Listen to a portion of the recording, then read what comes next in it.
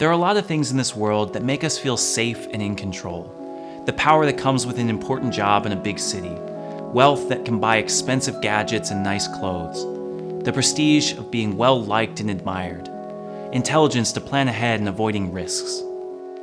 For anyone in their right mind, these are things to be desired. In a chaotic and dangerous world, it should be our goal to amass as much control and security as we can.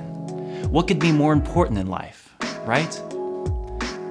And yet, there are those who live among us who seem to not care a bit about these things at all, driven not by a sense of self-preservation, but an overwhelming desire to make the world a better place, to be with the lost and forgotten. They find the need for these things like control and security just get in the way and slow them down. When I think of the truly heroic in this way, people like St. Francis of Assisi and Mother Teresa of Calcutta come to mind. People who went where they were needed without counting the cost. They didn't stop to wonder if what they were doing was dangerous, try to control their situation, or amass great amounts of wealth and prestige in order to protect themselves. Quite the opposite, actually. They didn't seek security in their lives. They sought insecurity. Our world is filled with incredible men and women just like this. People who to the outside world appear reckless or foolish, but in fact are the wisest among us. While the rest of the world puts their trust in money, prestige, themselves, and others, all things that will ultimately fade away, the truly heroic give all of that up to trust solely in God. They do not worry about themselves, what they will wear or what they will eat.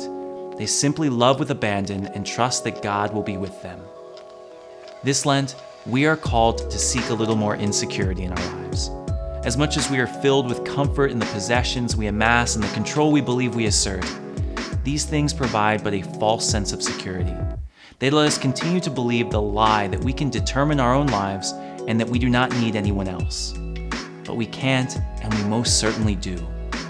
Give up the safety net, put down the crutches, and walk with God as the only source of safety in your life, and see how heroic you can be. This reflection, as well as each of the other reflections from this series, can be found in my new book called What Happens After Saying Yes to God, available February 27th on franciscanmedia.org and amazon.com.